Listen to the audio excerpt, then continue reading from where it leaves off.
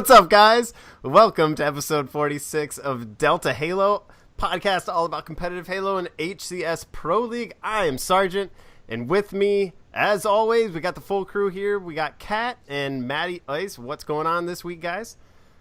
What's up, man? Pumped to be back. I just missed last episode by it was probably like 25, a good 25 minutes. Yeah. But we let Raid keep his spotlight on there for trying to help us out the previous week when it was a giant technical disaster without Sergeant being in town. Raid was holding it down last week. Yeah, I watched most of it live. It was a good show. Nice. They're tearing troll in the chat. There's troll in the chat. Of course. So what did MattyIce say? Oh man, I don't know what it was. I'll remember towards the end, but I've got probably something awesome and factual, if I had to guess. Oh man, I'll remember by the end of the episode, and I'll just go into a typically how I roll. What's going on with you, Matty? Not too much. Hanging out, doing my thing. Not sure what that means, but doing it. Mm-hmm. You been playing much this week? No. Much of what? Games? Anything, yeah. I don't know. Yeah, a little bit. The game of life? What have you been playing? Game of life. I've been leveling up my my personality skills, I guess. No, Matt, be honest. What have you been playing? I played a bunch of things. I got FIFA 17. Been playing that. I played a little WoW. Played some of the Steep Alpha. And some of the demo for Forza 3, kind of checking it out and doing, running around and getting it. Like you do? Mm-hmm. Kat, what have you been up to? Well, I feel like a substantial amount of times I've been playing World of Warcraft with MattyIce. Not just a little bit? Who wants to refrain from talking about it? Oh, I don't care. Unfortunately, yeah, I did get into some Halo games because our buddy is a Grassmaster out there. No. Just a buddy back. Yeah, he's back. Yeah. He's got next time. Yeah, he's in. You got permission. Sergeant, you didn't hear about it, huh? No, this is news to me right now. Yeah, man, he's got an Xbox. His girlfriend's allowing him to play, a minimal amount of hours a day. That's nice. And he probably has the family settings on. Yeah, I can do the family settings. He probably shuts off after like an hour and a half. Dude, you're probably right. But he did play some Halo. He didn't have a headset. He purchased a headset 2 days ago, so we're good. Nice. And now he's playing Call of Duty. Oh, come on. Nice. It took literally 3 days for him to go back to Call of Duty. Come on now. Bought Black Ops 3 and everything. Oh, it's the worst. It's the worst. It's terrible timing to do that, too. I'm very disappointed. I always loved when we'd get back into playing some games with the Georgia people. And I was like, dude, where's Grass? Yeah. Like, we haven't seen him in years. He used to be on every day, and where is he now? Yeah, join the club. No, it's awesome that he's back in. We got to get him back into Halo, though. Come on. You guys used to roll doubles all the time back in Halo 3? Yeah, we rolled more doubles. It was, it was like me and Kowski playing doubles. It was like I'd have 24 and 5, and he'd have, 1 and 18. Hey, so that was all right. Popping in some shots here and there. He was doing playing better than I anticipated him actually playing. So it's like riding a bike. If he would just stick with it for another 3 weeks, we'd be fine. Especially Halo 5. Halo 5 is a tough one to come into and pick up like that. Because he got sprint around and charge everyone. I mean, he picked up Call of Duty like it was nothing, He could just hop right in and play. Nice. So I guess that shows you the learning curve of Halo games as opposed to Call of Duty. I mean, that's so true. Like the skill gap is massive compared to any other game, and I mean a lot of it comes down to that time to kill too. Like if you can go get your eyes on somebody before they see you in Call of Duty, you already have the upper hand and you get the kill. Yeah, I was playing it too. I jumped on and played a couple of games with them, and I was actually have it. Jesus. Yeah, I do have it. I bought the frickin' Seasons Pass and played it for 2 weeks. Money well spent. Yeah, well, I was getting ready for zombie maps after zombie map, and then for some reason that just lost interest in that. Because it's terrible. But I was crushing it, man. I was going 23 and 9. I'm sure I'm level 16, but whatever. And well, that's the tough part with playing with Grassmaster and everything. he's playing with you, so it's automatically like he's playing people that are better than he would normally be playing. You know, That's what I mean. He wasn't like he couldn't play with me in Halo. you need to get like him and Smurf. Kowski and Birdman can go play some games together or something.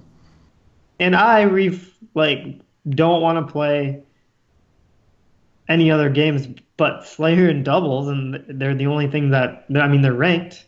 And God, we need social playlist. It's Yeah, dumb. I mean, it's that's just like a clear cut case of the reason why we need Ugh. it. We Yeah. just lost him. They just lost him as a player. Yeah, he's gone. You Could know, have bought like 45 rec Grassmaster- packs probably. when he gets in, yeah, he goes ham on that microtransaction. So you wanted those gold packs, huh? who knows how much revenue they could have lost? And that's one scenario.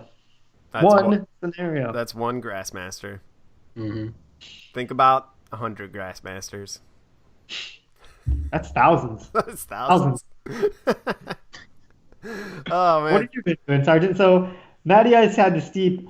I just wanted to kind of talk about it a little bit because I didn't get to play it. You got to play it as well. So Yeah. honestly, after I got back from Iceland, I did the show last week with you guys, and then the next day I took off to Denver for work. So I haven't even been home to play for like 2.5 weeks. So I did play some of the Steep Alpha over the weekend. That's like all that I had a chance to play, and I played that for probably 4 or 5 hours yesterday, and I'm so mixed about it. Like, I really had high hopes for it just because of how good it looked in the E3 presentation, and it does look great. It does play pretty well. You have really good flow and everything, but once you start to there's a lot of little minor things. So, oh gosh, I don't even know, Matty. What's your take on it? Like, I had fun. I had a lot of fun playing it. It's straight up backcountry though. I think mine broke. My build broke because I couldn't go on after like the first 30, 45 minutes. Like I couldn't do anything next. It just was like, hey, you've done the first 2 drops, and now we're just gonna just not let you do anything else essentially. So, like I was even like I spent like at least 20 minutes going over the map trying to locate new drop points and couldn't. I would hear the bells and stuff like that and couldn't get them, and it wasn't you're working. looking through the binoculars. Yeah, so I was just like, I'm done. So, So that's an I mean, so this is kind of one of those things where they tiptoe the line of realism a little bit too much. So Right. the way walking and everything too, like the he goes walking, so slow. you can walk around, but it's like molasses. It's horrible. But when you're riding around the mountains, you can stop in certain spots and pull out your binoculars and look around for different drop zones, so different places that you can start on different ridges and things like that. And I think it's in concept, it's very cool, but actually in the game, it slows it down and breaks your flow up so much because you're constantly seeing a little pop-up in the top corner saying, hey, you're close to being able to identify new drop zones. In the middle of a tearing-ass run down the hill, you have to stop, pull out your binoculars, look around on the ridges, find the spot. Maybe you don't even find it, and then continue on down the run. So it's one of those things where it could be fun, but right now it's just so restrictive in what you can do to explore the mountain. I mean, I don't know that it's going to be much more than what we've kind of experienced now, just maybe on a bigger form. And like that's kind of what it is. It's less of like an extreme sports game, less of Tony Hawk or Amped or any of the games that we liked growing up, Dave Mera BMX, that type of thing. Like it was all about like points and cool objectives and challenges and stuff like that. And I think it has that a little bit too, but like it seems more of like an exploration, the experience of, just ripping down a mountain and stuff like that. And that's just, I mean, aesthetically it was cool. The music was cool. It was ripping down a hill. The music was good, and the wind was blowing and stuff like that. But I mean, I spent like 5 minutes just like on this like a very not steep incline, very easy incline, and was just going through trees, just ripping, like kind of enjoying the experience as opposed to like an actual like action game, Yeah, it was definitely fun to flow. I actually had a really cool point in the game. I went to Mountain View. I had just unlocked an entire new ridge line. I went to Mountain View, looked up different lines down this really steep rocky face, and found 2 or 3 lines that were surrounded by cliff faces, and then they also had just really tiny gaps that you could shoot through, and then you just like haul ass out the bottom, and it felt so amazing finding that's it, awesome, scouting it, and then riding down from the drop zone and hitting that line, because oh my god, it was so cool. Because then after the line, I went back to Mountain View, found that line that I just did, and other people found it too and created like checkpoint races on it. Like, it was a really awesome experience. Like, I found that to be cool. The most fun part of that game. But I don't know how much there's going to be. Like, is it going to be so difficult to expand the map like we found? I don't know. It's just a completely different game. You have to go into it with a different mindset. We need a helicopter with the binoculars. That's what we need, a helicopter to go around with. You can use the binoculars then to find cool spots. But that would be sweet, though, of like, excuse me, like it would be, I think it'll be fun if we all get it, or you play with a group of friends who are all together kind of looking around for sweet drops. And, hey, dude, come over, check this drop out. And we find out it's sweet, and then we're all doing it. And like even like the hang gliding bit is dumb and slow and stuff, and like, but that's like you could do like the hang gliding thing to like a sweet jump and then record it and stuff like that. So I mean, like you guys used to love doing that kind of thing in like GTA and just rolling around doing like videos with the bikes, BMX bikes and stuff. So like I feel like that has some that's gonna be, it's cool, and the game plays well enough that I think that'd be cool, but like I think it's just limited. So I mean, maybe for $30-$40 I might get it, but I don't think for full price game it's really worth it. You know, I mean, we'll so see. far what I played. Yeah, we'll see. It's hard to say too much from the alpha, but sure. Yeah, you got to remember it's an alpha. But from listening to you guys, I for one I just want a snowboard game. It's not a trick game. It's not a freestyle game. Like that's the thing. Yeah. Yeah, I would wish it was more like that, but had that aspects and all that stuff to it. Right. But it's all focused on snowboarding. Maybe even skiing, but snowboarding mainly. The skiing was awesome. I gotta say, the skiing was a lot of fun. So I would just take a skiing snowboard game that really kills it. That'd be awesome. Yeah, and you can go out with your friends, find lines, and tape each other. Like, that sounds sweet. I'd be into that. But yeah, I mean, what else do we have to choose from in that genre? We're kind of like forced to either like it or have nothing. Yeah, man, the games of back in the day of Cool Borders and SSX. you ever play the X Game games? No, I didn't know there was X one. Game snowboarding. It was for PlayStation 2. It was awesome. You could get your sponsors and stuff like that. And the parks were so much fun. But amped. I mean, if you're up into like these days, amped games or skate games or anything. I will say the one freestyle part that was pretty cool is you could do the Red Bull Supernatural or Red Bull All Natural thing where they have those massive chodes ramps, like wooden ramps built out in the middle of mountains, and it's just like a big mountain freestyle competition. That was really fun. I thought that was cool, and that's definitely the direction they should go, because the park jumps that they had in the game so far leave a lot left to be desired. They're a little sad right now. You know what they should make is that snowboarding game mixed with like Ark or Minecraft, and you have to go out and chop your tree down and build your jump. Then people are all around building jumps, and you just roll up to this group of people and get behind that. Just roll into their jump. Or just go trash it. Or trash it. Yeah, that'd be like the real ski and snowboarding life. That's what they need. You can just trash jumps. That'd be funny. I'd make my character a straight up yellow safety patrol. Walk around just kicking jumps. All right. Anyway, I'm definitely craving some Halo right now, though. I haven't played it in so long, so we'll have to hop back into that. And hopefully after this, we'll get some games in. But Wednesday night, guys, 7 p.m. Eastern time, we're gonna do another DeltaHalo game night. We haven't done it in a very, very long time. Schedules, work, life, things have just gotten in the way, but we are ready to get it going again. So hop in if you haven't played one yet. It's super chill. We just go out, play fun games, play some competitive games. It's whatever the group wants to play. So don't be shy if you're not feeling too up with your competitive skill, or if you just want to get in and play some games. Send us messages on Xbox Live or Twitter or however it may be. Add us, and when the time comes around on Wednesday, we'll add you guys in and we'll get some games going. So definitely hop in there. We want to get these going and have a lot of fun, because every time we've done them in the past, they've been an absolute blast. And especially now with the content browser, we'll be able to get some awesome games going. Content browser is going to make it so much more exciting. It'll make it so much easier, too, like to find cool stuff. Yeah. So, I like cool stuff. Yeah, cool. If you like cool stuff, you want to listen to this podcast, and if you're on iTunes, you should subscribe. You like that segue right there. I do. Give us a rating and a review, please. Let us know what you guys think.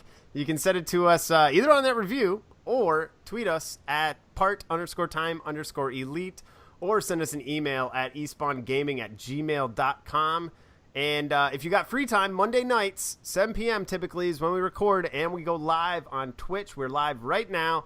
We've got some viewers in there. Thank you guys, everyone who's tuning in right now. You can find us on Twitch at twitch.tv/part_time_elite, just like our Twitter handle.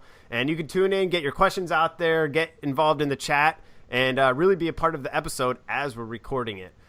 So I want to do a little recap here of the weekly challenge points. We put out a pretty good challenge last week. Thanks to Raid the Roach for hopping on and giving us some pointers for the challenge. We did a little bit of a combo. So this past week is the first time we've ever done a combo. It was 60% accuracy and 2,000 damage, or for bonus, you could get 65% accuracy and 2,500 damage. So we've gotten a lot of submissions, and a few people gained points. So we've got Roach, who is tuning into the chat right now, saying he made it too hard because he was unable to get a point, unfortunately. So tough for him on that one. But we did get Arrowhead coming in, and again, Arrowhead had a point last week. We forgot to call him out, so we got to make up for that one. Arrowhead, you got a point for last week, and he sent in probably 4 or 5 different screenshots of achieving this week's challenge. So he's sitting at 2 now, but we had a great submission from Drunken Halo, assuming Travis over there at the Drunken Halo crew. He sent us a submission, and we got to give him a bonus point because not only did he achieve that 60% accuracy and 2,000 damage, he got 69% accuracy. Now, that is something that we all strive to hit every single match. Sure. Yeah, it's actually better than 70% accuracy, believe it or not. It is. It's way more skillful to hit it right at the 69 mark. It's skillful and thoughtful at the same time. Exactly. So, yeah. So he's sitting in the front right now with 3 points. We got Osborne and Roach tied with 1 point right now.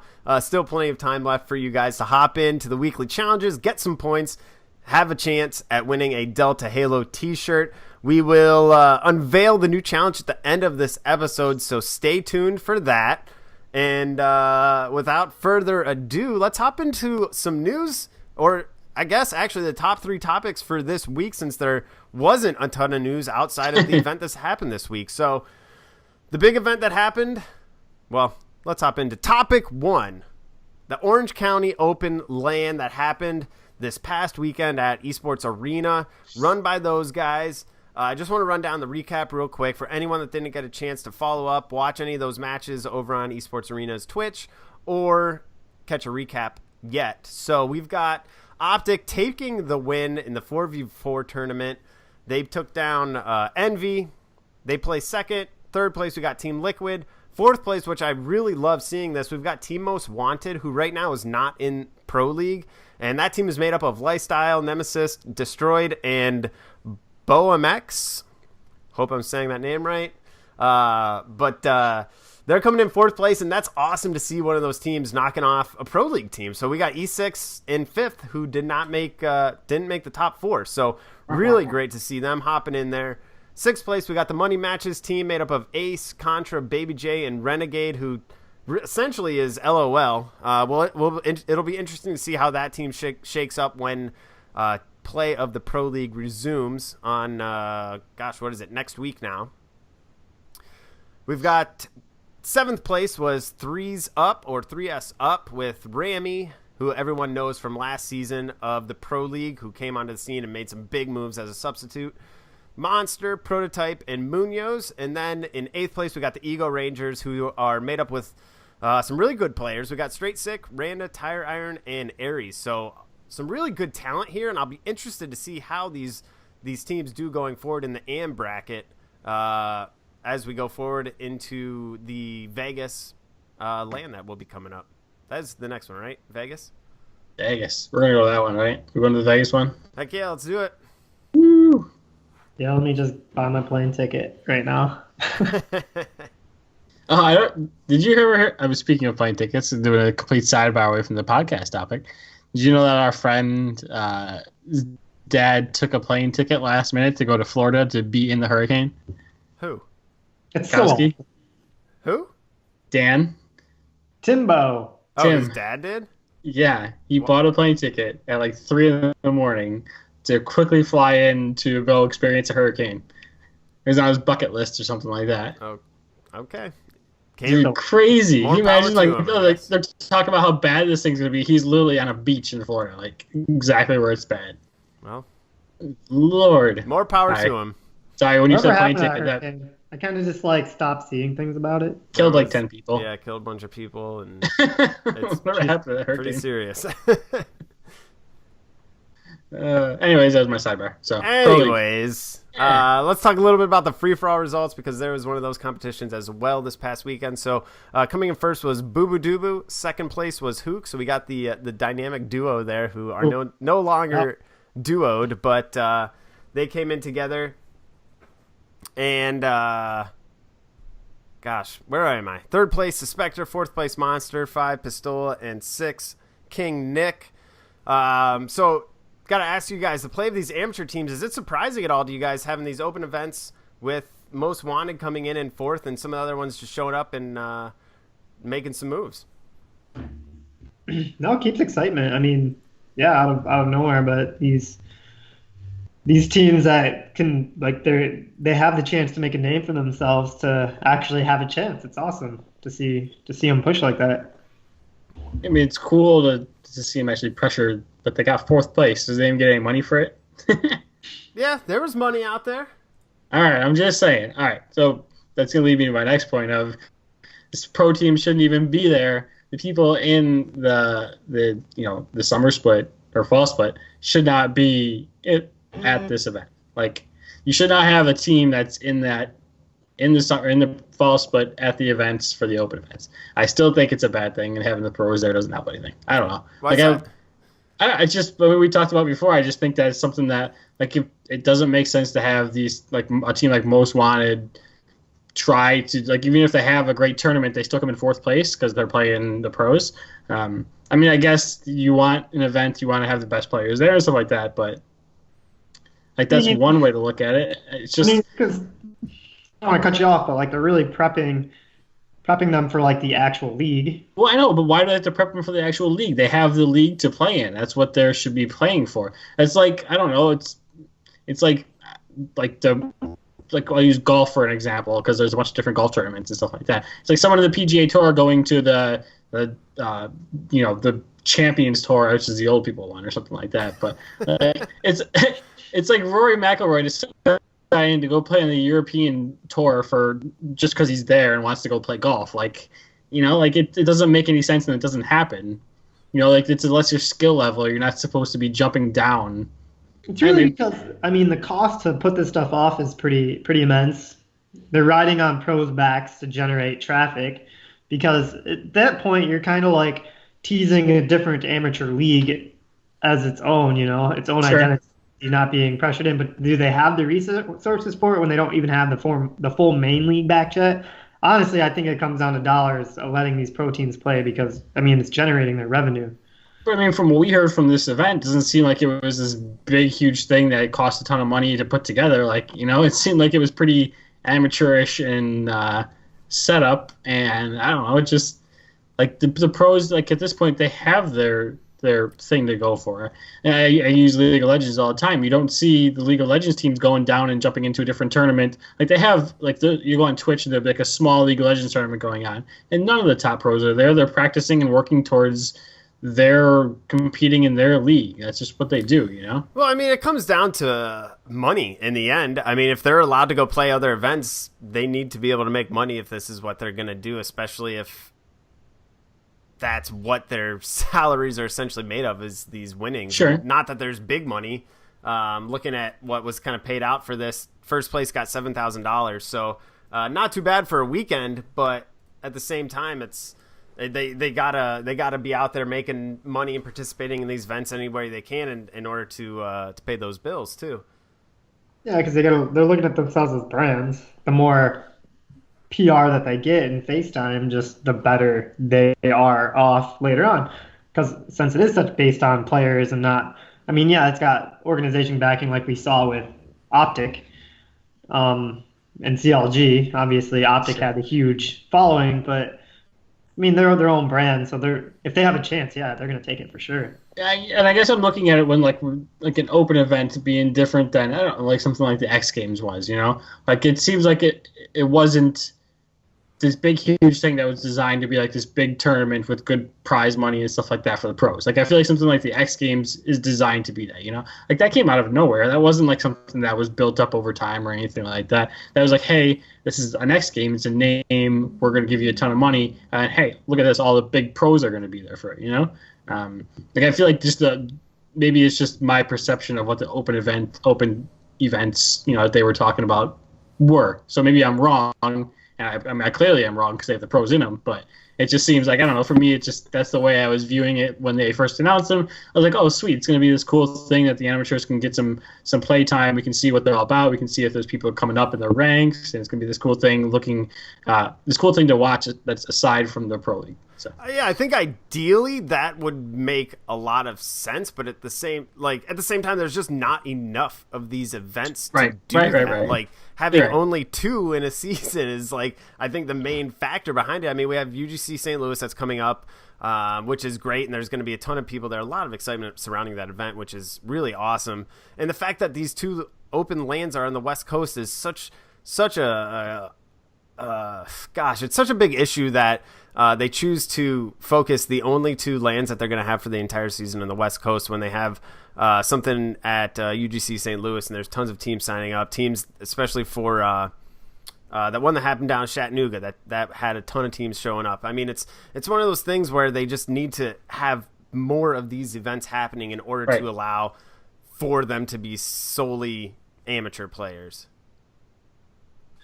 I mean, you can almost kind of see as the opens being almost like an open draft pit. You're just getting a bunch of amateurs in there playing. You're playing with the pros, and it kind of gives you, just because there's so much fast player trading, that, I mean, some of the pros, you do have a shot, maybe not with your team, but if you perform well, like, you have a spotlight on you. It's like a straight scouting pit. Yeah, but I mean, that's what the pro league is for, like, for these guys. Like, this, like, for the amateurs, they don't have that. Like, that's kind of what my thing was with the opens, that I thought it was going to be something cool where we can get to see talent that's not necessarily featured on a weekly basis, you know, in the pro league. That's, I don't know, like, you know what I mean? Like, we know who the pros are. We know they're good. Like, sure, they trade between teams and stuff like that, but they get their day from streaming and from, you know, a bunch of different platforms. They get more airtime, I guess, is my point. And like, I don't think that anyone's making their decisions based off of how they played in the Orange County Open. I mean, they might. I don't know.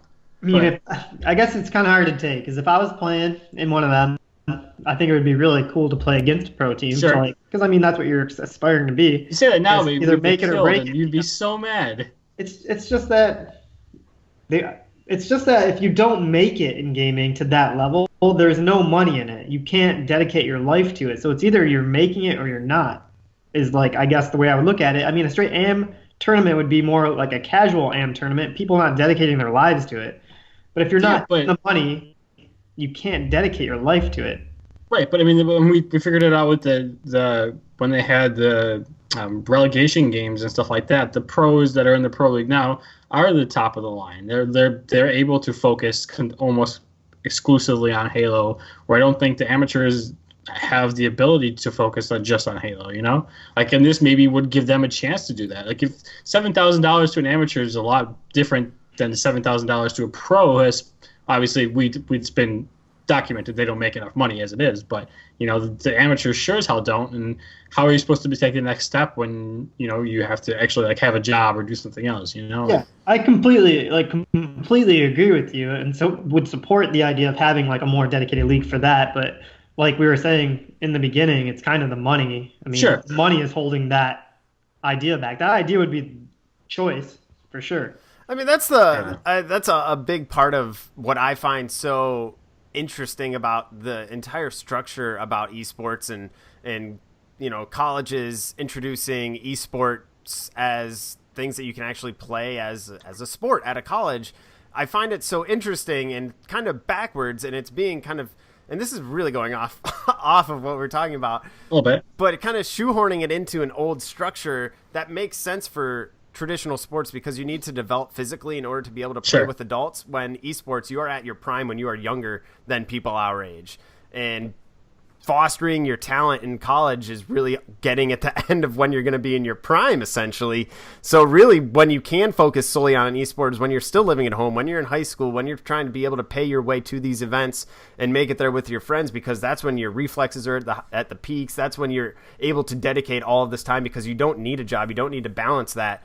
And then you get into college and then you graduate and you're potentially expecting to go on to a career in esports when it's just not going to feasibly happen due to just like aging and how quickly you get aged out of these sports. I think you're looking at, we're out of our prime in anything at this point, pretty much. Very true. I ran a mile today. I could barely walk, for God's sakes. And it's just like I think that you traditionally see in video games and esports in general that the younger crowd dominates, and it is completely odd. I think it's a time dedication thing. I don't necessarily think it's reflexes. I mean, your reflexes don't start slowing down until you're in your 30s. I mean, if you look at professional sports and stuff like that, it's not that sure, they become bigger and stronger and more professional and stuff like that, but the reflexes really don't start dropping until they're, hit that, 32 or 33 mark where you really see like an immediate drop, I can't imagine that like finger and thumb reflexes and like eye to hand stuff goes that dramatically down that you can't compete in video games. Like I think that's just the pattern that we see. I think it's completely what you said about a job in life and stuff like that, and then interfering with playing a game all the time. Like if you look at even take any competitive StarCraft, League of Legends, Dota, like the Koreans often completely dominate the scene because they will literally do nothing but play that game. Like they're rock stars because they play that game, and they denote their entire life to playing that game, even if they're in their 20s or whatever, Sure. So like that's kind of like that doesn't happen in like places like the U.S. and stuff like that, and even Europe a lot of times, because like you'll see these guys, they literally go to boot camps in Korea where they sit there for like months or 2 months and just do nothing but play the game the entire time, which is what the Koreans typically do all the time. It's just their culture and they do that, But I think that's a little bit more of the age thing than the reflexes. But I don't know, it's my personal opinion. Makes sense. Makes total sense. And it kind of goes back to where that money's coming from in order to be able to dedicate that time. It's just not there. So why would anybody that's older be able to support themselves and dedicate that time? It makes sense. Anyway, all right. For the record, I'm not out of my prime. I'm ready to go. You get me on that pro team. I'm going all the way. 2 weeks. That's all I need. 2 weeks. You give me 2 weeks every day. You a free agent looking for a team? Yeah, just like pay what I have to do to pay my bills for those couple weeks, and I'm in. That's all it's going to take. You heard it here first. Cat is ready to roll. If you're looking for, 2 weeks. fourth. I need 2 weeks. All right, topic two. Else in that Coke or what? Topic 2, I want to talk a little bit about a Reddit thread that was quoting Mikwin as well as Saucy from Team Beyond. That thread was very interesting because it came out mid to the end of the LAN over the weekend, quoting Mikwin a lot. Too long, didn't read here. I'm not gonna go in and quote the whole thing because it was very long. But there a lot of things that happened, at least on the first few days of the event, was scheduling miscommunication, lacks of refs at matches, the games not being streamed on Halo's Twitch channel, which is really interesting due to the amount of subscribers they have versus esports arenas.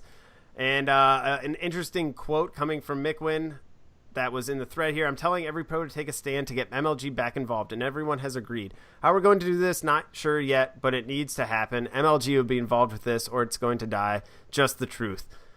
Given at the end of this event, Mikwin did come out and say, man, this last day went very smooth. It was very perfect. Games were good. Refs were there. Everything ended up being perfect. So in the end, everything did get ironed out and straightened out, and it flowed smoothly.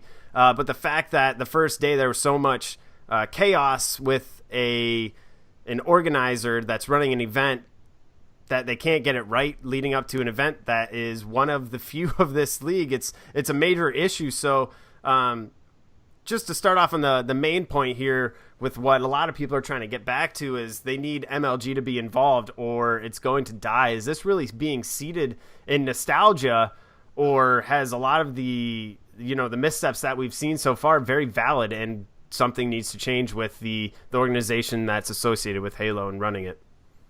I mean, I think MLG still holds weight.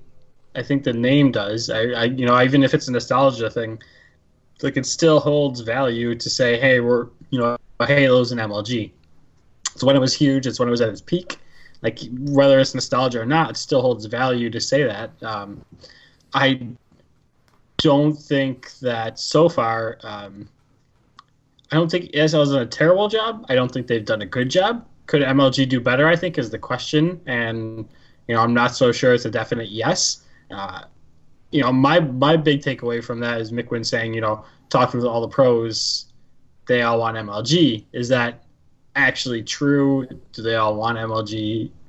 Or is it just him just being fired up, because he's having a rough day, I think, and that's, to your point, that feels like a lot of where many of the points about the chaos and disorganization from the first day kind of came from, was just frustration with the way things were running and the way things were going. So to your point, it would be interesting to see how that really plays across with all the pros, because there's a lot of people that are asking for no radar. Then there's people that are like, it doesn't fine. It's changed. It plays fine. So there are different things. It's one of those people that's speaking out and maybe not necessarily including everybody, but anyway, continue. I feel like MLG it's always been a strong staple in the community. Back in Halo 2, that's what you... Well, it almost died for a while, though. I mean, it went down for a couple of years there, where it really wasn't even around very much. It kind of traded owners a couple times, and so, I mean, I still... Yeah, go ahead. Sorry, but... I guess it's more like I'm just nostalgic on the logo MLG. I mean, those are all the game types I've played in custom games. That's power. Yeah, right? Yeah. Like, they had that grip on the community before... as much of the online interactive stuff that we have. They had that kind of grip on the community in the beginning, to where like I was making my own playlist without even knowing what MLG was in the first place when I first started making the playlists. Like that's crazy to have that kind of grip in your community, because you're that strongly related to the community. I mean, I think there's something there, right? I think we're kind of all in agreement to it. I'm not sure it's necessarily the answer, but there's something there of saying, I don't know. I feel like MLG could make it better. Hey, yeah, I feel like the thing that's really interesting to me in the relationship with MLG and how they operate as an organization now that they were acquired by Blizzard. I'm really interested to see how all of those relationships do play out, mainly because... having all of Blizzard's game, they've got Overwatch, they've got Hearthstone, and then expanding into other games as well. It's because they bought them, though. Exactly. That's what I said. They were acquired by Blizzard. Right. Yes, Sorry. Exactly. So, and Blizzard is putting a full-on assault with their esports team and who they're hiring, who they're poaching, who they're bringing into their team to really run that in a very proper way. So I'll just be interested to see how MLG does continue forward, and if at some point do they start being restricted to run Blizzard games, or are they still allowed to operate as an independent organization, being able to bring in any game, just so for the fact that Blizzard is looking further out for revenue from any stream that they can get rather than just their own games? I mean, yeah. Do you think they go that path? Because I mean, I feel like they're in a big streamline of esports with the games that they do have. Acquiring MLG helps them streamline their own games into esports, especially because MLG is such a big name. Do they want to let other brands carry on their backs of it? But then again, are you letting organizations build? I mean, because this kind of goes into the article, organizations building influence from the Halo community without actually the influence going towards Halo in general, and that's what we want to build. You know what I mean? Yeah, so that was kind of to your point about Halo not being streamed on Halo's Twitch channel for the event itself. So given that Halo has a much larger following on Twitch as opposed to Esports Arena, and Esports Arena saying, nah, we're not going to stream on your channel, I don't understand how that wasn't a major issue going into running this event, and how that wasn't something where 343 control your own game and say, hey, regardless of what you want, you are going to be the organization that sets up this event, but you have to put it on our channel. This is their game and their IP. How did they allow that to happen? I just don't understand. Yeah, I watched. Right. Their product is out there. Like this is them. This is Halo, which is them, and I don't get it. It's my. I mean, I feel like we've been it's kind of been reaching this. It's kind of been climbing to this sort of point all the time, but it almost seems like 343's like they did the first year, they put a ton of money into it, and now all of a sudden they're like, hey, we didn't really get the return that we thought we were going to, and now we're just going to chill and not really put much effort into it. Because it doesn't appear to us, whether we're considered the casual viewer or slightly more than casual viewer, like it doesn't appear to us that 343 really is putting too much into their product, you know? I mean, like it's just a ridiculous thing there. It's not put on the Halo. Like WoW had the arena tournaments this last weekend, and that was certainly put on the Warcraft channel. Like that's like it's not like it just makes no sense that you're a publisher. You control the game. How do you not have it on your channel? Like the rights of that such a large organization that's also being backed by 343 in general to not have it stream on their stream. Well, yeah, it's in esports arena's best interest to be able to have something that says, hey, this is presented by esports arena, you know. Yeah, a commercial or a thing in the right corner. You want it on Halo's channel. That just is very puzzling to me, and that goes for many of these events. Like, I just don't understand why when 343 is involved in having another organization run the LAN, like, it needs to be on Halo's channel. And it's short-sighted by them, too.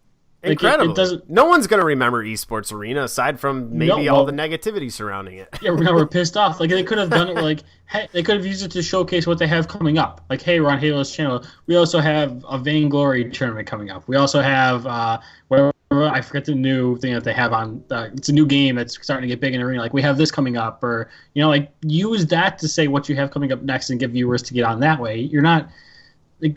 You gain 4 followers from that? Like, are you serious? Like, right. It's almost something like we would do with our Twitch channels with 30 followers. Like, it's ridiculous. I mean, it comes back to the whole idea about the community that loves Halo and watches Halo are very diehard Halo fans, and It's difficult to attract those casual viewers if that's what they are indeed trying to achieve by streaming on their own channel. If you want people that are casually into a game, I don't think Halo's one, especially from a competitive standpoint, to be trying to grow your following on Twitch. Right. Yeah, it's dumb. And it's stupid that esports is riding on communities' backs. Obviously, when we're talking about this show, we want people to watch, so we're pushing. I mean, our listeners, most of them watch, and then some of them who just tune in might be new watchers, and they're kind of piggybacking on us pushing them towards the esports. Twitch, I mean, I know it's just a Twitch channel, but in general, like, I want it to back Halo. I could care less. I don't know. I don't want to say I could care less because it's a good organization that's actually putting things on. But in general, we want to back Halo, and I feel like they are riding on the community as a whole, growing their own brand. And I mean, if they're going to be branching out to having a esports, like a huge brand, but I just don't think that's smart at this point. Not the way that esports for Halo should be going, personally. Yeah, it's one of those things where it just needs to be a smarter move. Pick and choose the games that you're operating like that, you know.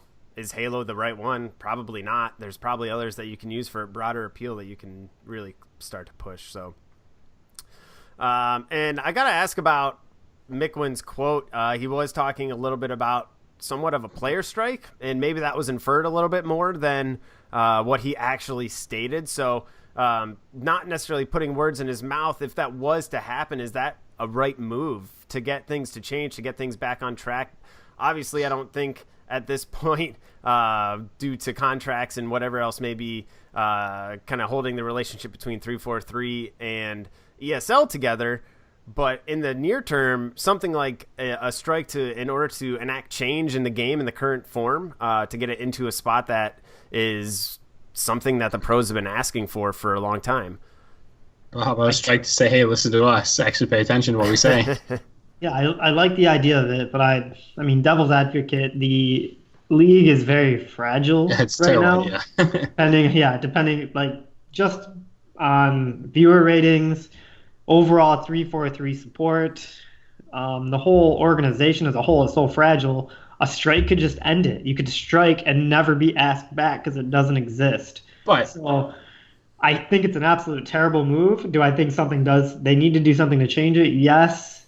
Pinpointing exactly what to do. I think it's got to be, like you're saying, picking and choosing your moves. It's got to be the right moves at the right time. And the wrong move, like a overall league strike, could be devastating. You lose half your viewership. It's going to lose the support of many of the organizations because you're going to lose half your viewership, which is all they honestly care about. It's just a very scary moment if they actually do strike. You know what I mean? I think if it's handled properly, it could work out well. The thing is, I don't trust 343 to handle it properly. It's not that I don't trust the players. It's the league. If a strike was to occur, I don't see 343 rebounding from it properly. You look at other sports, NHL, for example, when they go through a lockout for an entire year, they come back with an entire new set of rules, an entire new, essentially, game in a way. They're completely changing up the way the game's played. And they have the marketing to reinforce that this is going to be a very exciting season. They're bringing so much more excitement and energy and talent back into the game where it slowed down so much. Like in this case, I don't have the faith that 343 would be able to put together a campaign that would say why this is good, why they're coming back new and improved. I just don't think they have the marketing muscle or the chops to be able to do that, and it would just end up falling flat. And they'd be like, "Hey, we're back again, guys. Sorry for that delay." And people would be like, "What the hell's going on?" Like, and that goes back to communication too. Like they're absolutely terrible communicating things that are going on within the league to the community, and this would just be another one on the pile. Yeah, honestly, the best case scenario is that the threat that they're giving is what makes the changes. Because now they see, like, wow, like if they do strike, we're going to lose them. And 343 standpoint is a terrible decision or a terrible outcome because I believe if they can keep this league strong enough to push through to Halo 5, Halo 5 will be that much bigger. I think the overall pay now Halo 6 of making this league successful, Halo 6, my bad. Anyway, sorry. Thanks for that. But no, honestly, if they can make this league successful and work, then Halo 6 is going to be monstrous. And I think the payout at the end, don't get worried about the hiccups now, because they might be losing some money on some of this, and that's why everybody's freaking out. And that's why it's so fragile. You don't have very many substantial like interest from other groups as a part of the actual Halo esports. That if this comes together, I think Halo 6 could be that Halo. Because this is, Halo 5, this is us first getting back into Halo being that competitive, at least for me, coming back from Halo 2. So Halo 6 could mean everything for them. What is that timeline, Kat? Like that, we haven't heard an inkling about what's going on with Halo 6. Like, like I don't know. Like they need something.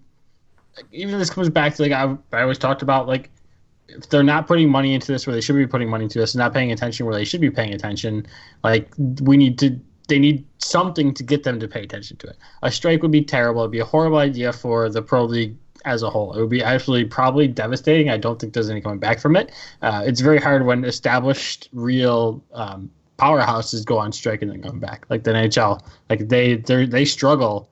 It's great afterwards when they come back, but even like after that year after, the ratings struggle and everything. Yep.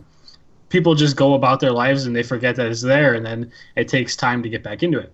So yeah, you're completely right about that. But the threat, hopefully it is that they're connected enough that the threat of a strike or something happening, or that there's unrest in their ranks, actually, someone goes and knocks on, someone else, their boss's door, and says, "Hey, we should probably pay attention to this," It's just that needs to happen before there's a strike. Otherwise, you're in trouble. And I kind of was getting to before, like they need some sort of 343 needs some sort of incentives to invest in Halo other than rec packs. Like give us some good content that we have to pay for that's going to give them a return on the investment. Like everything's been free so far. It's all been trickled out and okay, but not great. And we like having free stuff, and it's good. They've been keeping it going, but it's been long enough. Give us an expansion or some sort of DLC, something that they can make money off of that gives them incentives to actually keep investing in Halo and keep people involved in the game. I know it goes into such depth there, because once you start adding map packs, more variety to maps, they keep it competitive because, unfortunately, we see the rotation of the same maps over and over, but then again, that's what makes Halo so competitive, because everybody gets good at those maps. Would I pay for an original Halo 2 map pack? Absolutely. I'd buy it today. I'd buy it right now and download it. Yeah. Do I think that'll help? I mean, I guess that would help casual players like us. I mean, the issue, and it would help the company though. I think that's a great idea. I would love it. I would be all over those maps. But the issue with that is, like, I want 343 to make their own original maps that are memorable. That's what I'm saying. Like Lockout, like Ascension. Like, I want more. They roll out Overgrowth and Molten and Riptide and all these garbage maps. Like, what is going on? Like, is it because these are free? Like, can you not put more time into it? Right, that's what I mean. Kind of like, give us something of substance. Yeah. Like, but and I don't hate the free maps. I don't hate it. No, it has to do with other stuff though. And it's crazy because in the beginning, when we start talking, if you listen to our previous episodes, like early on, we're like, free stuff. Yeah, this is great the whole time. Keep it free. I don't want to pay for anything. It's been a year, though. But yeah, I mean, now is the time. I guess you don't have to choke DLC out completely because I am ready to pay for something, Halo. It'll help your organization. And as a consumer, like, I guess I'm okay with that. You gave us a good 2 years of free stuff. It's great. 1 year. Unbelievable gratitude towards that, but feels like 2 years. A lot. No, but even like episodes ago, I swear to God, but it feels like 2 years. And a whole year of free stuff. I can pay for something. Like, I've been talking about it. Like, I've got Halo Burnout recently. Like, I found other things to play other than Halo. It's been, I still like Halo. I still don't have a problem with the game in general, and I still enjoy playing it when we all get on together. And I rage sometimes, but I hate this game. It's terrible. Shut up. But I mean, but in Twitch and like Snyderman, I brought up a good point. You said to bring people back for a little bit. That would bring me back. Like, we do this podcast all the time, and I'm more involved with Halo than most people. So like, if I'm starting to burn out a little bit, other people are too, and we need to bring them back, right? Yeah, you look at. I agree. You look at. I mean, that is the bait. That is like the heart of the model for World of Warcraft and Legion. You look at that. That how many people that brought back to the game. Like, it has skyrocketed subscriber rates back to the game. Anyway, so thinking back to, I was thinking about the DLC packs that used to come out for games, for the Halos every once in a while. And every time a DLC would be released, there would be at least 1 or 2 really good maps that you could see get rolled into that arena rotation. Every time they release a map now, an arena map, it's just hot garbage, and I don't want it in the rotation. I like Rig, I like Regret, I like Truth and Slayer, or Truth and just those stock maps. Like, I don't necessarily want these free maps that just get thrown by the wayside. Like, if it takes me paying for it, then I'll pay for it. Yeah, I'll pay for it. Right, it's no fun to get an update and be super excited about a new map and then go on it and be like, Jesus, Mary, and Joseph, this is so bad. I never want to play it again. Yeah. Like, that's exactly my reaction every time Riptide comes up. Molten. Or Molten. And I've honestly, I mean, it will get other people like us to spend money because we're not big rec pack enthusiasts. Yeah, that was never designed for us, I don't think. It's kind of cool when we get points and you can unlock new things, and it's fun, but it doesn't ever give us enough of a benefit to do it, I've bought FIFA packs on FIFA Ultimate Team. I've spent probably $20 a year on those stupid things that go away every year, and I keep getting them, and it never gives me a good player, and I still spend a couple bucks every couple of weeks on it, because it's something that helps my team out. I just read to get the best team in FIFA, it's like 538 pounds that you have to pay just to have the best team.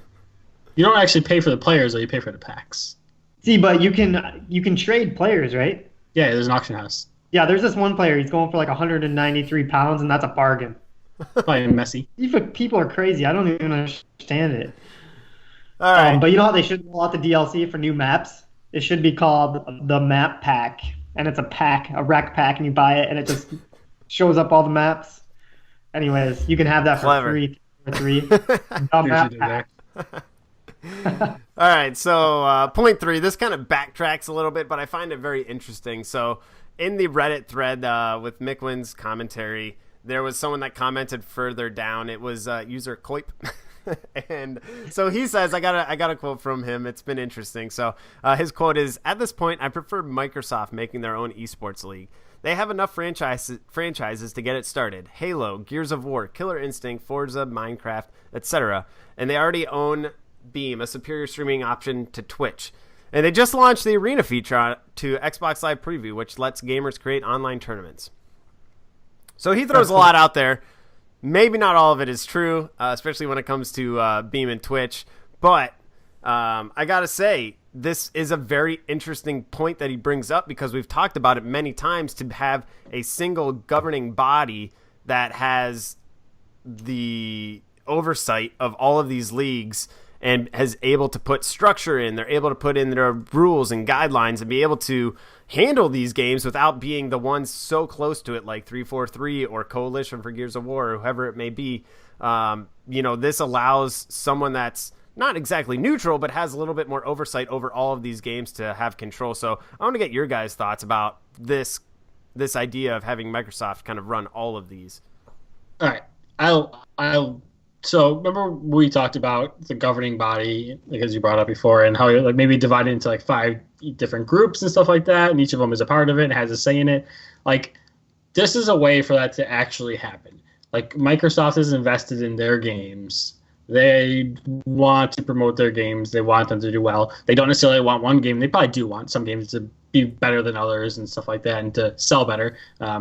But it's not like each publisher is looking out for their own game, Microsoft as a whole can say, hey, these are our games. We're going to promote them all. Gears, Halo. Keep going on. Again, and keep building, too. Keep building franchises around that type of thing. Sony can do the same thing. That's great. Have Sony do their stuff with that thing. Blizzard, Activision, Blizzard's... Huh? That thing. Do their thing. Their thing. We were talking about the PlayStation. That thing. that thing, whatever that weird thing is. No, but like, and then Blizzard and Activision have already started to do this with buying MLG. Like, sure, they may pick up some other things, and we kind of want them to pick up Halo, but like, they're already saying, hey, we have this thing. We're going to put all our games on this, right? Right. So it's a situation where you have your developers that have control of the game having their own esports team managing that game, but then you also have the larger publisher that's handling all those first-party titles having their own esports team that is having complete oversight to all of this. I think it just makes a ton of sense. Microsoft has a ton of money. They'd be able to run it properly and structure it properly. I think it's a really interesting point that he brings up. I feel like Blizzard is a really, really smart business. They are unbelievably smart. The way that they do things is they're the ones that blaze the trail and people follow. And what MattyIce was saying with them getting MLG, I feel like they are setting up for that. You're right. They're gearing for that, to be a powerhouse like that. And it would be so cool to see this. Have Microsoft have theirs, Blizzard, Activision have theirs, because Blizzard, Activision titles are awesome for competitive, and then have Sony have their exclusive. So you have 3 major esport kind of publisher overall channels, basically. Groups. Yeah, channels. So I know you have NFL, NHL, and whatever, NBA, basketball. So for traditional sports is that. And I know that each of the main brands, Sony, Xbox, Blizzard, will have games that are consistently and similar to each other, first-person shooters. But since everything is so different, it doesn't have to line up like hockey league, and it has to be all of that. It can all line the genre up on one group. because they are so unique enough in exclusive titles that they can man their own whole stations, channels, leagues, basically, for just those games. And now you're going to get crazy when you're getting into like very specific games, as viewers choose specific games, and keeping specific games popular within that channel is probably the tough part. But if you kind of man the whole thing as one single brand, I don't know how it would go with revenue sharing. It's going to turn into like, well, this one's riding off of this they can game. figure it out. Well, they own it, right? Like it's going to have to dive into that, which would be the tricky part. Would it make so much more sense. Is there sense. Something there? Yeah, I absolutely think so. I actually get it. Like, we didn't really talk about this that much before we started going, and I'm actually like super excited about this. Like, the whole thing of like, oh, each genre is represented in a governing body. That's not going to freaking happen. As we talked about, before, we were skeptical because each developer and publisher wants to promote their game to boost up sales or microtransactions or that type of thing.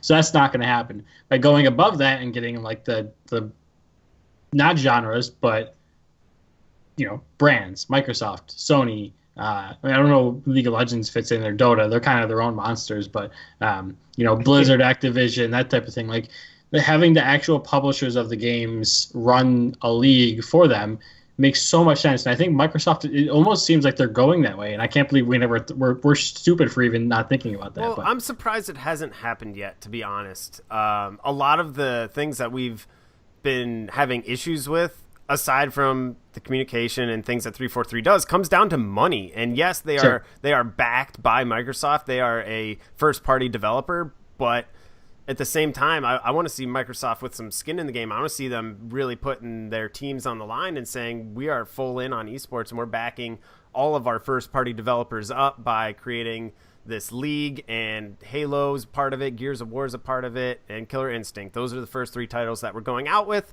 These are the rules that happen. Here's when the seasons occur, and this is how you need to, this is how organizations can be a part of it, and they're able to set it up and run it that way. I think it could be really, really powerful.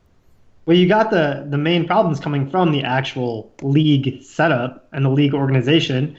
Now that MLG has been basically dissolved into Blizzard. MLG is Blizzard. It's not MLG now. It's them. They control it. MLG is not going to go off and start making their own decisions without Big Daddy Blizzard stepping in and they're still running a lot of other games that aren't Blizzard published game, Blizzard Activision published games. Right.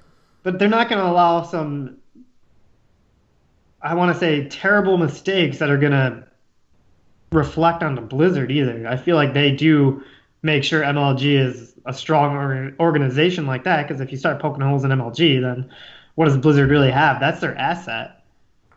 Whereas, we have the esports league that's just dropping the ball tons of times, especially with their players, and Microsoft not doing anything. Where I really truly believe Blizzard's going to step on MLG if they do get out of line, like the way that some of the Halo League does, especially with what we had a couple weeks ago with like the crazy chatter and just basically caving of the interior infrastructure of the league. Anarchy. So I feel like Microsoft could just help control the situation, which that's what we want. It has to be worth it for them to control a situation. Like, as far as like, that's kind of why I brought the DLC up. As far as I think Microsoft and Halo are concerned, it's almost like on to Halo 6. They got what they want out of Halo 5, and if they get anything else, sure, it's great, but it's going to be a normal game where the normal Halo players keep playing it. Maybe it's not as big as it used to be, but it's not like it doesn't seem like they're wanting to put all hands on deck for a Halo 5. You know what I mean? Maybe you are right. They are working on Halo 6 right now, and that's kind of why. Maybe that's why 343 hasn't thrown anything out that they're going to announce at E3 this year that Halo 6 is coming out next year, Like, and it's, when you're advertising like that, it's a fine line, because if you start really hamming on Halo 6, a lot of the views of, I don't know, maybe you could get lucky and have the viewer rating bump up getting ready for Halo 6. But if you're too far ahead of the game, I feel like it kind of devalues Halo 5 at the moment, because Halo 6 is coming out. You might as well just get ready for that. You want to carry momentum into Halo 6. But I think if they do it right, where they're bringing Halo 5, the league, right up into Halo 6, to where like you're almost teasing the game with the league together, then you could really like get some viewers going. Well, yeah, it's very similar to what Coalition has been doing with Gears of War 4. Like, that was a big part of the announcement of that game. Before that game is even out, there is a pro circuit that's being established. It's being run by MLG. It's going to be, they have really set it up to be that, and as that expectation. You're going to have a fantastic single player campaign, and then you're going to also have this amazing multiplayer to go along with it. You have this pro circuit. So I think it's a very interesting concept and structure that I think we should. It'd be completely foolish if we don't see it like that for Halo 6. Right, give them access to an early build and let them start playing it early and have a tournament before it even starts, like a big tournament, right? Is that pretty much what you're saying? That type of thing? Like, yeah, essentially have it ready to go. And I mean, honestly, I'll be really interested to see how this launch does go for Gears of War 4 with MLG for their helping them run that pro circuit, just to see like how does it work? Is this really the solution? And it'd be great to see it succeed.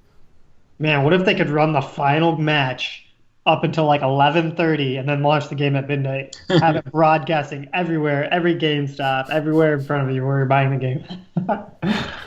Everybody's sitting there waiting to get the game and you're watching the last match. Oh man, it'd be awesome. Then turn off the servers. That's it for Halo 5. I was gonna say, you mean digitally? No, Halo 6 is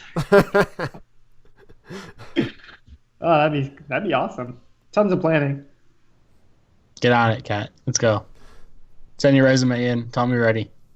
Put me in, coach. You've got big ideas. Should see my files of strategy. He's a thinker. He pretty much made Destiny a couple of years ago, and the guy stole it from him. It's true. So I don't know. Yeah, I don't know. Still looking for royalties.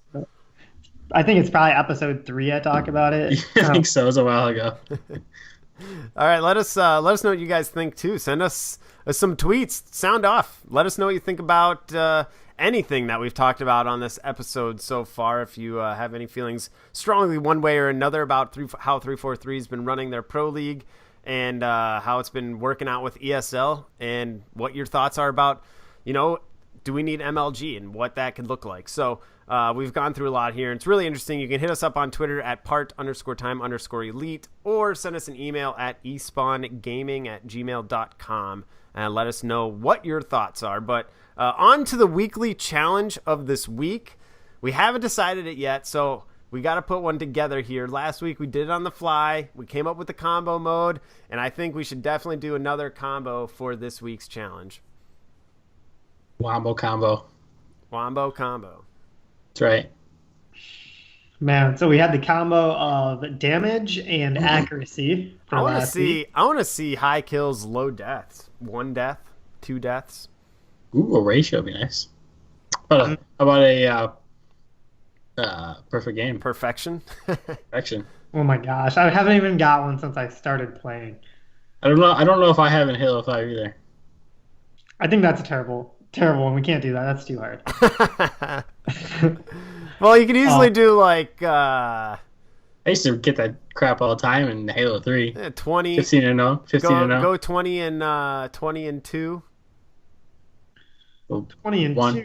10 to 1. Yeah, 10 to 1. 10 to 1 or 20 to 2. It's essentially, yeah. Or should we mix headshots and stickies? Well, no, because I can't get stickies. It should be one that affects the other. Or does it have to be? We wanted to do this in the fly, not change all the rules, for God's sakes, Cat. All right, fine. We'll stick with this. Good Next Lord. week, though, we're going to get crazy. Fiesta. So let's do what were you saying? The kill-death ratio. Kill-death ratio. I'm thinking 1 to 8 is fine, because 2-16 is pretty strong. But if you can get 1 at 8 and 1, that's doable. 8 and 1. That'd Come be on, that's not even running Riot. Yeah, but who's gonna only have 1 death in the game? Someone that's really trying to win here. Come on now. I think we can maybe do running Riot as one. That's a pretty rare medal to get nowadays. Just get the medal? Yeah. You gotta combo it with a killing spree. It is a killing spree. I like it. Combo. Running Riot with a killing spree. Running Riot with a kill-tacular. Yeah, that's what I'm going to say. Come on. Yeah, you get a killing spree on your way to Probably an overkill, huh? No. You're going to get a 10 spree with a... How many Running Riots have you had in Halo 5? Like 2? A bunch. I had a bunch. I've had a handful of them. I'll give you a handful. Overkill, though. That's only a 4 kill. Kill-tacular is when you're getting a 5. That's super rare. Let's get because that's the Running Riot with an overkill. No, it's the worst. Why? I don't like it. I It's too like hard. 2-1. Let's do a poll. Let's do a poll on Twitter. We Whether can't do- get No. started tonight. Just a running riot, Killings- running riot, All right, and no, overkill. no. 1 point for fine. Have it your way. A killing spree with an overkill. Well, that was a joke, but because you get a killing spree with spree an out of the way. overkill. No, an overkill. So you got to get a. Oh, full okay, kill. I got it. Or for the double points, running riot with an overkill. I still like the running riot. Okay, deal. I'm Running okay riot, with that. people will get that easy. Mm, We got to step it up here. Yeah, just suck at Halo. You know, it probably is me because I play way too aggressive anyways and just die all the time. Yeah, so. you're all about dying.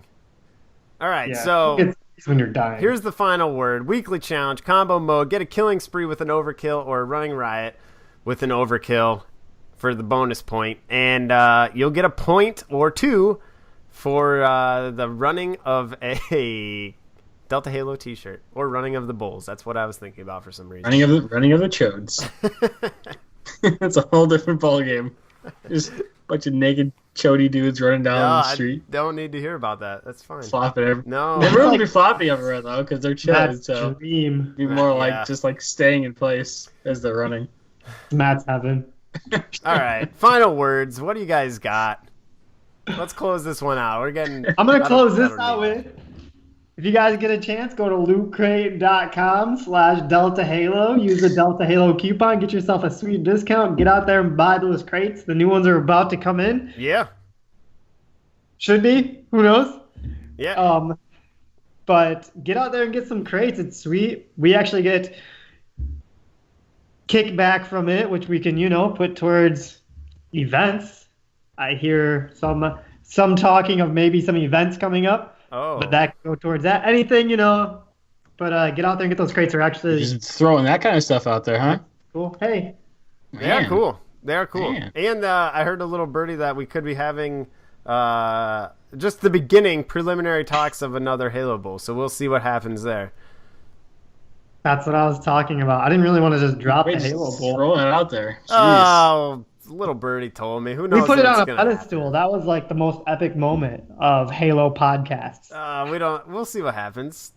We haven't even started planning it yet. There's lots and lots to come out of this. So There's been a tweet or two, DM.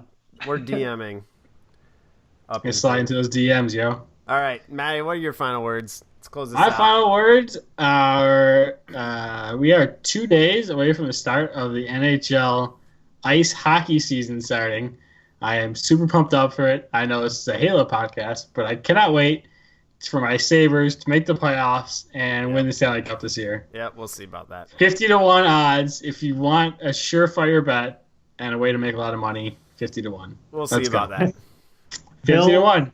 Bills in the Super Bowl, Sabres in No, the the Bills, I don't care about the Bills. They're garbage. They're going to choke. But the Sabres, I'm telling you, everyone's sleeping on them. Yes, for 50 good to reason. 1. For good reason. Hit me up on Twitter, Matty_ice17, and let me know what you think about the Sabres. And if you want in on the bets, send I'll some let money you know my what way. I think about that. We'll get it going, and we'll do a bath in our money that we win from 50-1 after winning the Stanley Cup. They won't even make the playoffs. Oh, yeah, we'll see about that. No. Well, maybe we'll make a little wager too there, It's fine. That's fine. as long as it involves the running of the chodes. And that's the final. That's if Matt wins. Obviously. Oh man, we got some Devils fans out in the chat. That's good. We'll see what Ray Shiro can do to tinker that team back together here. I mean, dear God, Larson for Hall. Oh, It's just highway robbery. Highway robbery. All right, guys. Thank you so much for tuning into this week of DeltaHalo. And if you've made it this far, we will say one more word. We said it at the top. Game night this Wednesday, 7 p.m. Eastern Time. It's going to be hopefully listening. You guys will be listening to this before Wednesday rolls around so you can hop in. We will be tweeting it out as well so that you do not forget. But hop in. Thank you so much for tuning in. And we love you all. See you next week. Thanks, guys.